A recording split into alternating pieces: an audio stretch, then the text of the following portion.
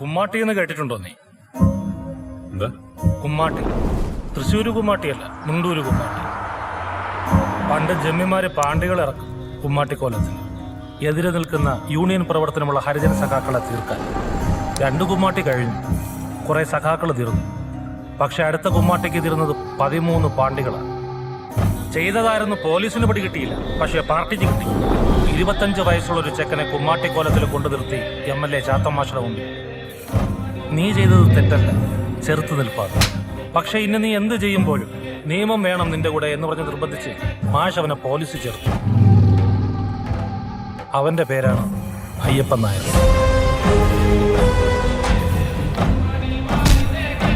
പിന്നീട് കുണ്ടൂര് മാടൻ എന്നൊരു വിളിപ്പേര് കിട്ടി.